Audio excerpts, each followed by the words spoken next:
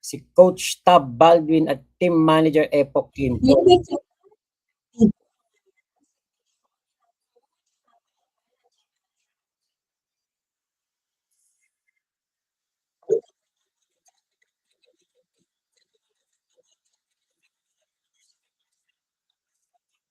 Tungkol nga dito sa isinumiting resignation letter na Coach Thomas Anthony Tab Baldwin at ito nga ang team manager na si Christopher Epoch Quinto.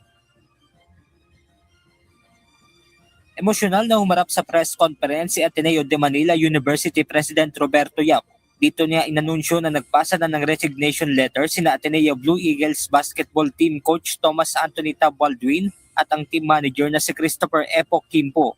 Kasabay ng resignation, nagpabatid naman ng pasasalamat ang presidente ng universidad sa serbisyo ng dalawa sa Ateneo basketball program. We will not shield or protect anyone, nor will we allow our integrity to be compromised. With this, I also must inform everyone that the university has accepted the resignation of head coach Thomas Anthony Tab Baldwin, effective immediately. We thank him for the years of service to the Blue Eagles. Nagbigay din ng mensahe ang pamunuan ng universidad, lalo na sa mga student athlete at staff na apektado sa issue. We also know that you are grieving and in pain, compounded by the relentless misinformation, harsh discourse, and even dangerous threats directed at you. We will continue to support you through this difficult time and will always be committed to your safety and well-being, especially as you also recover from this tragedy.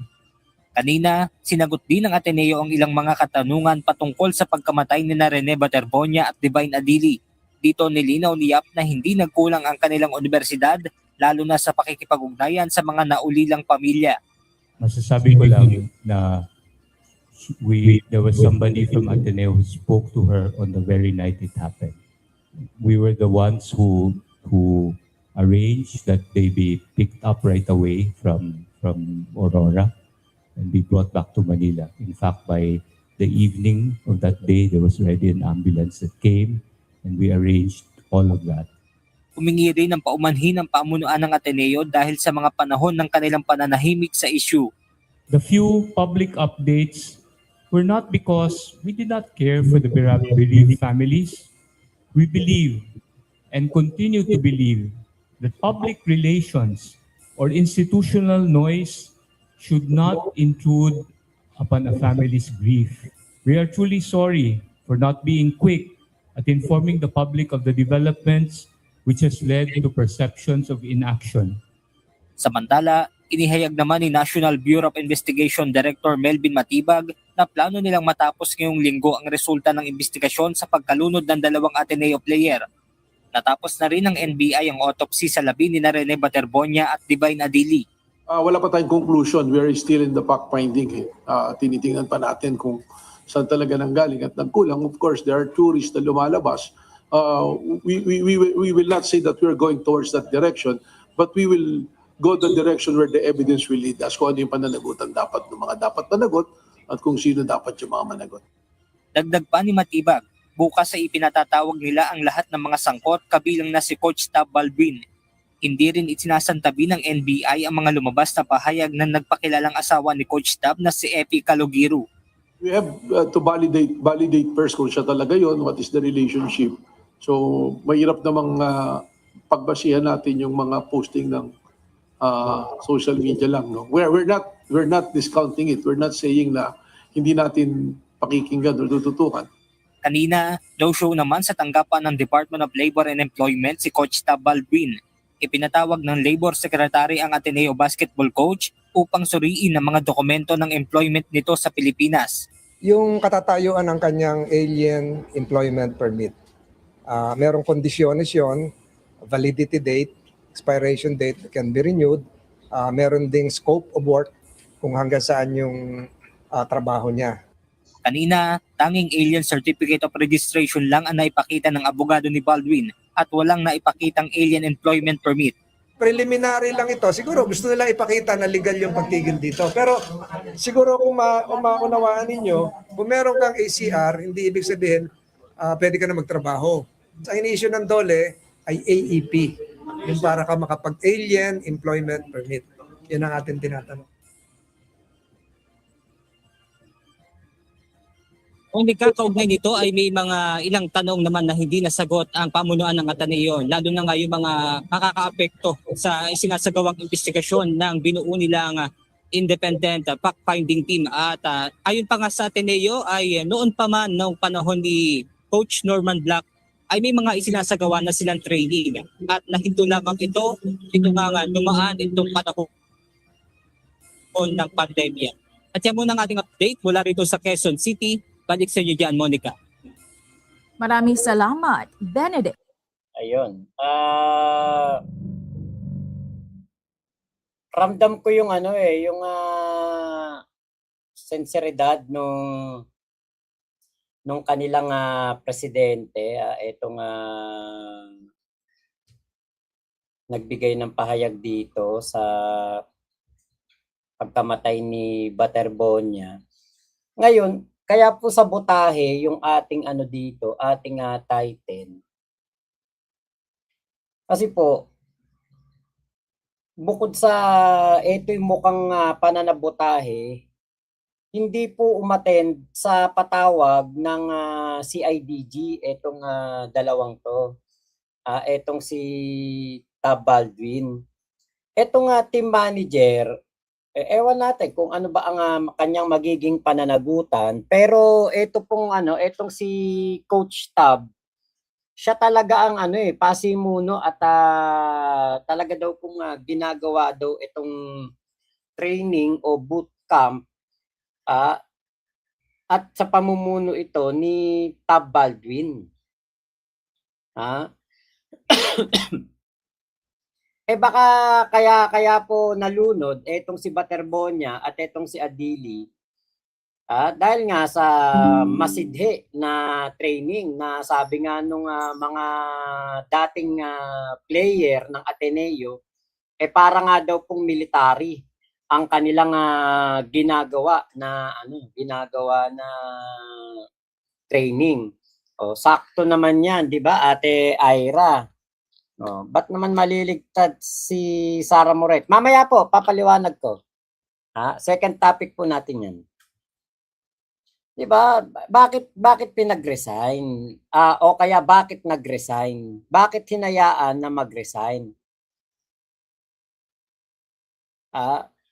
Hindi po dapat ito muna pinag-resign kasi nga po, kapag nag-resign sila, o wala na po sila doon sa pamunuan ng Ateneo Blue Eagles, pwedeng ito umalis na o magtago na o wala nang maging pananagutan. Katulad niyan sa CIDG, inisnab nga nila, hindi nga sila pumunta sa CIDG. 'Di ba? Diba dapat hinold muna, hindi muna pinag-resign. Kaya parang sabotahe ang nangyari dito. Bakit hinayaan nila na mag-resign agad-agad? Effective immediately, tinanggap ng Ateneo. Paano kung magtago na tong mga to? Alam natin na ang ating pong bansa meron pong kakulangan sa mga mga security features sa mga border natin. Sa mga sa mga airport, kita nyo si Alice Go nga nakatakas. Si Harry Roque nakalabas ng bansa. Etong mga to, kayang-kaya nitong lumabas din ng bansa. Bakit? May mga pera to. Tapos etong si Tab Baldwin, foreigner. 'Di ba? Kaya po sana nga hindi muna nila to pinag-resign. Hinayaan nilang muna nila na nasa poder nila. Kasi hindi na nila tumahawakan. Hindi na nila ito mauutusan, hindi na nila ito masasabihan na umattend kayo sa patawag ng CIDG. Hindi na po. Kaya nung kanina nang nakita ko na gano'n ang, nangyari, gano'n ang naging sitwasyon, bakit pinayagan? 'Di ba? Hindi dapat pinayagan, eh. Dapat, hinayaan lang muna na nagtatrabaho muna sa kanila kasi meron pa 'tong mga dapat na sagutin sa ating, sa ating, kababayan na si Baterbonia, na napakagaling na player, 'di ba? Very promising, napakalakas maglaro. Hindi naman 'to makukuha ng ng Ateneo Blue Eagles kung hindi 'to magaling.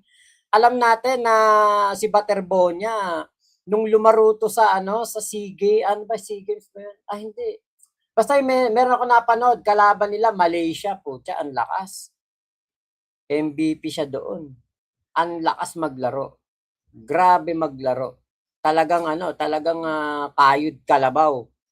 Yung yun yung mga ganung player kasi si Baterbonia nga galing sa hirap, sanay sa hirap, galing sa mahirap na pamilya. Kaya alam niya yung pagpupursige niya, pinakita niya talaga na yung basketball, 'di ba, ilang beses na yan na naging daan para maging maunlad ang isang tao. Na ilang beses na nating nakita yan sa mga basketball player na galing sa mga probinsya, galing sa mga mahirap lang na pamilya, pero dahil sa basketball naiahon nila ang kanilang pamilya sa hirap.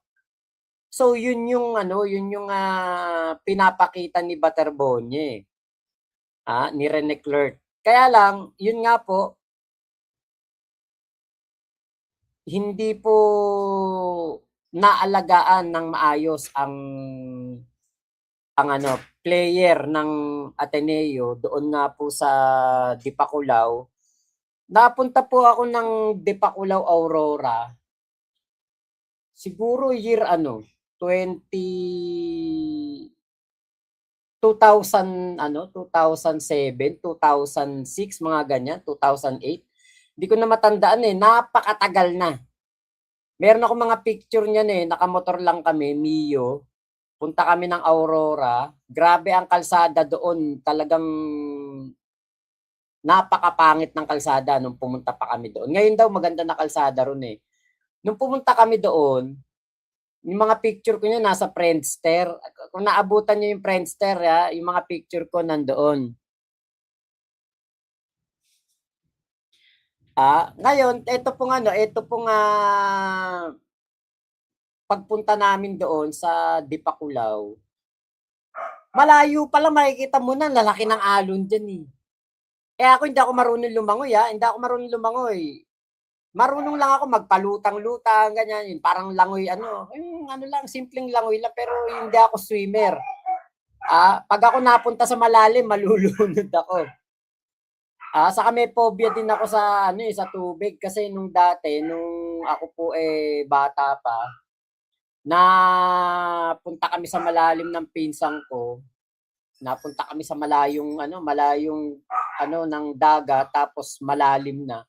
Nakasakay kami sa sa salbabida. Na na ako doon, nagka-phobia na ako sa tubig. Kaya ako gilid-gilid lang ako talaga kapag nag-swimming sa dagat. Gilid-gilid lang. Lalo dun sa Dipakulaw, naku po, napakalakas ng alon dun. Grabe ang alon dun, nakakatakot. Kaya eto si Baterbonia, sabi nga malakas daw po ang resistensya nito. Magaling tong swimmer, marunong lumangoy talaga.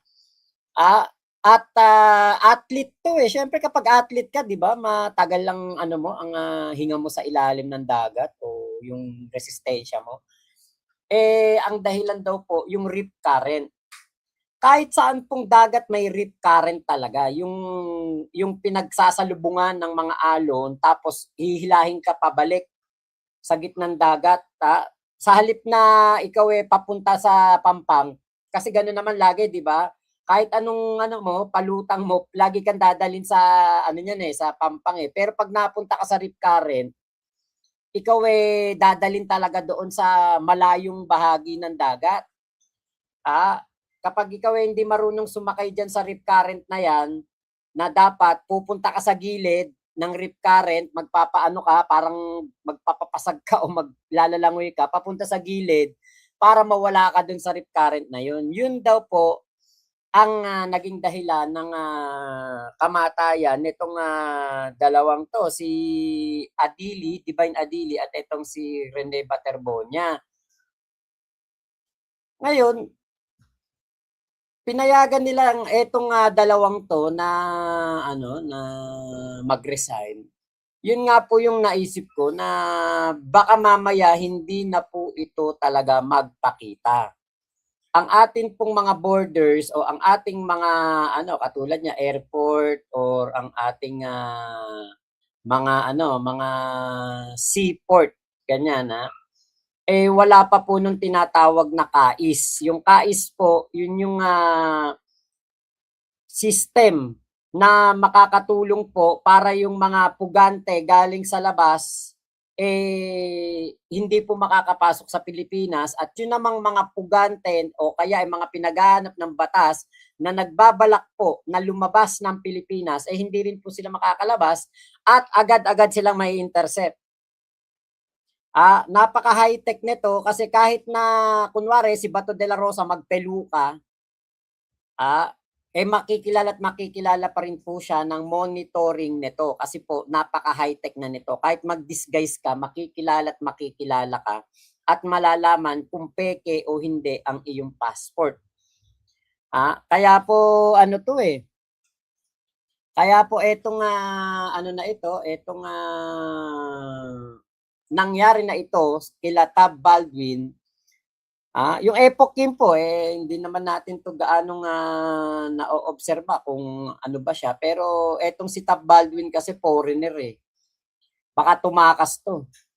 Wala pa naman tong hold departure order. Ang alam ko wala pa Wala pa sila.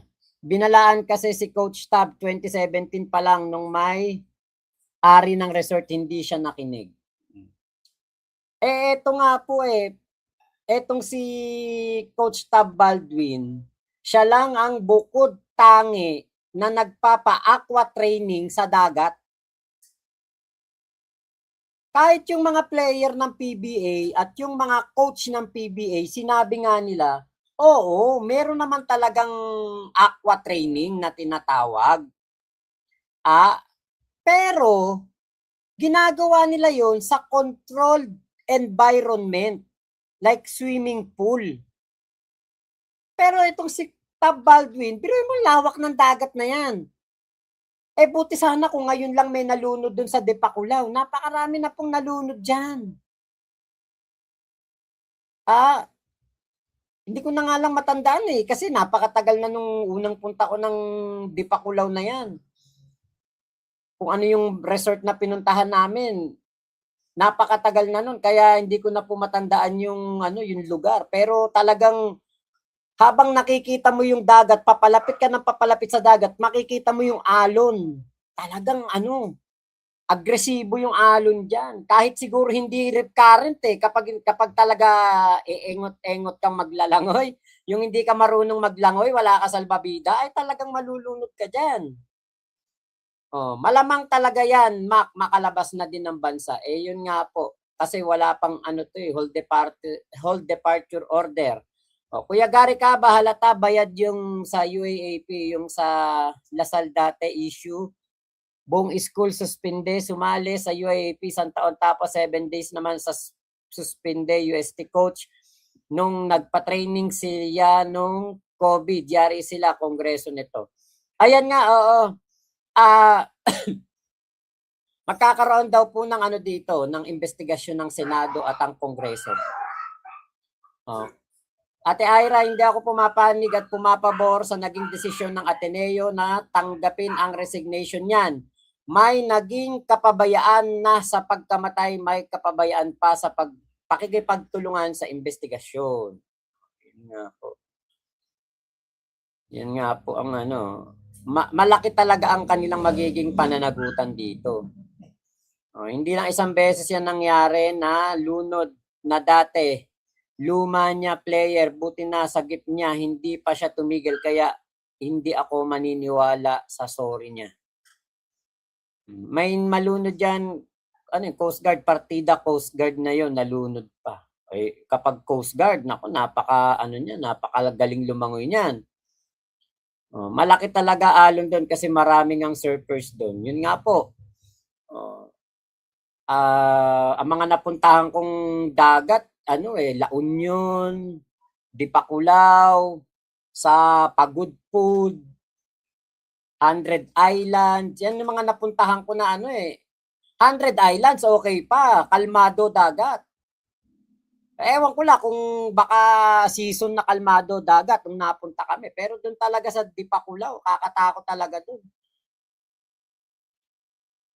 Bilang estudyante ng Ateneo, nakakapanglumo ang nangyari. Pahigop daw ang alon doon, sabi ni Kuya Gary Caba. Sayang kasi etong si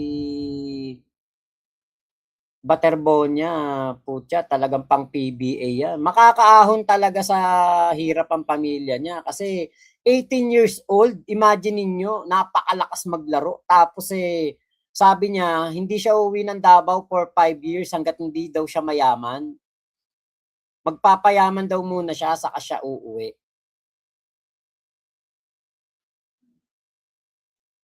Kahit nga sinagot ng Ateneo yung pag-aaral ng 6 niyang kapatid, parang wala ding kasi buhay yun nawala eh. Hello Ate Ayumi, mukhang nakikipagbardagulang ka dyan Kagwang yan, kagwang. Nadine Kabase, kagwang. Dili ka pagning ani dire kay dili ka pa isa luhin ng bataan ni Mac Pablo. Nako. But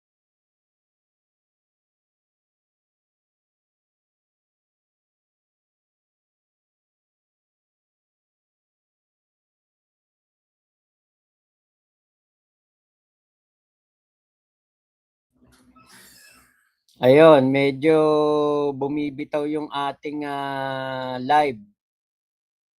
Yun, nawawala nga Kuya Kurimaw.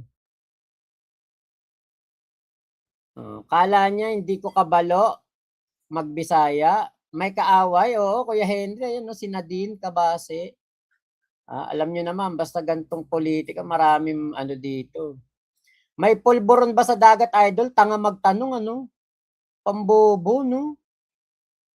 Sa aming mga nanay, sobrang sakit malaman mong may sakit ang anak mo. Yan pa kayang mawala ang anak mo. Di ko ma-imagine ang pigating dinaranas ng magulang ng nasawi. Ang pangit nga lang dito, na politika. Pati yung nangyayari dito kay Butterbonia, napupolitika kasi pinasukan ng mga DDS lawyer, mga DDS personality. Pero alam nyo, kagandahan nung kanina, hindi pinapasok si Torion. May kasama kasi si Torion na DDS. Asan ba 'yon? Ito yun Hindi pinapasok si Torion kasi ewan natin, baka ayaw ng Ateneo na mahaluan ng politika etong pagkamatay ni Butterbonia. Actually, hindi naman nakakatakataka Hindi naman to nakapagtataka kung hindi sila papasukin. Pero dahil nga si Regal Oliva at si Torion ay mga DDS kasi to, kaya siguro hindi pinapasok. Attorney, so karong gabi na, last day na sa week ni sa Rene Butterbonia. And then attorney, yun sa situation here, we saw you standing here for almost an hour already. Ipaningot na yung tao ko. Ipaningot ako, maraming singot. Kung mo po pasudlas mga gwardiya, ingon ang Vice President ng instruction sa Ateneo, Vice President, I think Mr. Bong Ilyap. I know him personally, but I don't know why am I prohibited to go inside. And I am supposed to confer with my clients insofar as the preparation of the transfer of the cadaver from Davao City to Agusan. So, but I am prohibited to go inside. And for at least about an hour na. Yeah. Yeah, Yeah, we saw you standing here. Yeah. Unsay ingon sa admin, attorney, when you were... Siguro gwapo pa ito niya na uwaw ko kay narabak ko yung bisita. You're here with Attorney Regal. Yeah. Oo, sikat Kanina ka kami na. kumat in town din eh. We wanted to condole with the family. So this is the last day of the wake, attorney. Last night niya karon sa Ateneo de Davao. And of course, I am an Atenean also. So I'm the lawyer of the family. I think there's no issue about it. And I don't know kung sa Republic Act RA 74-28, bawal man na This is not allowed. custodial Oh. investigation. Bitaw. Wala na may custodial investigation ron. Karon ra pod ni nga nahitabok ni nga ang abogado dit may no kasud. Dibirisaya na ko dito para masabtan. I just could not understand why we are being prohibited to go inside.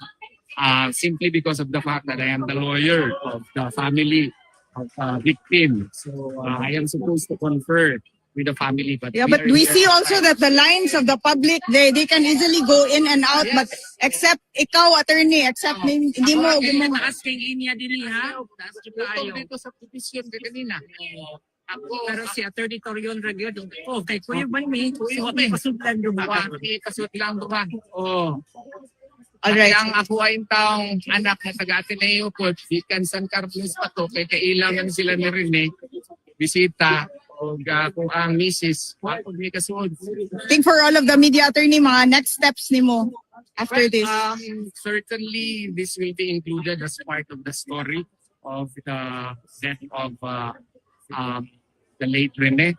And I'm just hoping and praying that Ateneo would practice what it preaches, that everybody is welcome. Everybody is welcome nga, except the lawyer.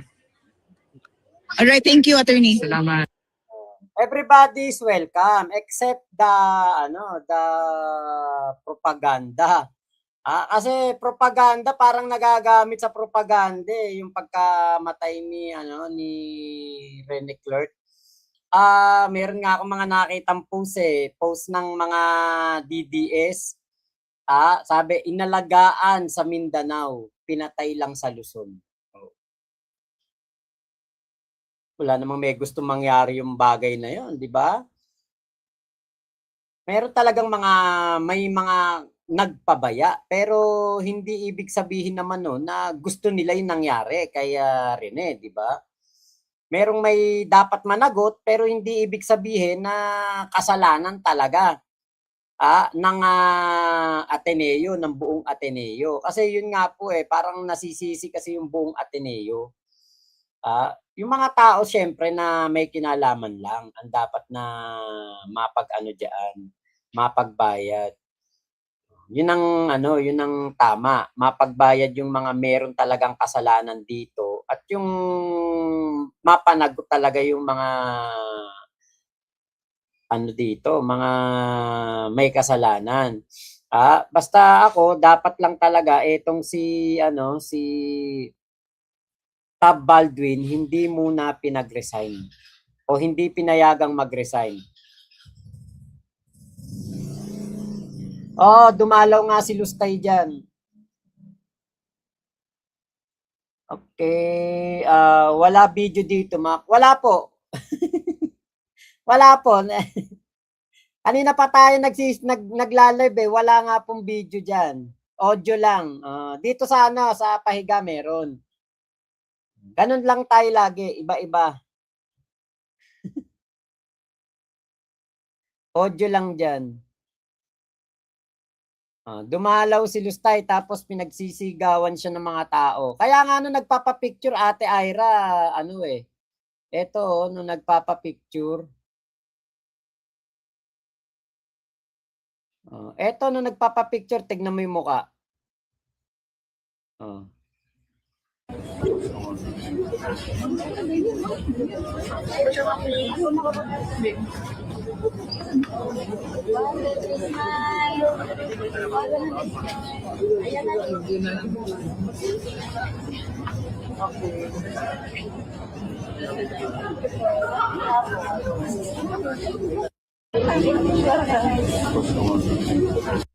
Diring-diri oh. Tignan mo, diring-dire.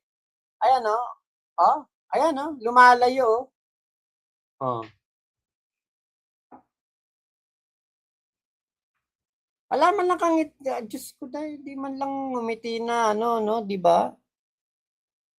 Ang plastic nga oh.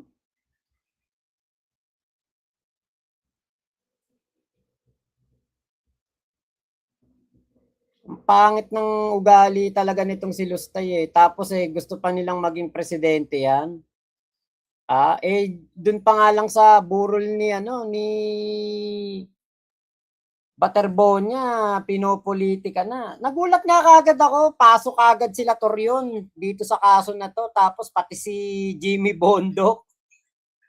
Pro bono pa sila. Tapos 'di ba, putya. Naluan ng politika eh. Parang tsaki si Lustay, bro, makalatan demonyita eh. Oo nga. Di man lang kakitaan ng sinseridad. Ano po talaga to? Masama talaga ugali. Ay pinayagan mag-resign ay hindi pwede yan. Ala na, pinayagan na po, Ate Ayumi. Pinayagan na po eh. Kaya po wala na. Nagpapabango ang mga hype na yan. Yun nga yung mahahalata mo dito sa mga to. Kasi biglang pasok, tapos parang aping-api yung mga abogado, parang sila yung kawawang kawawa. Daig pa ni Sara ang tape. Puntahan na natin tong isa pa nating topic. Ito pong patungkol naman dito kaya sa impeachment ni Sara. Ito daw pong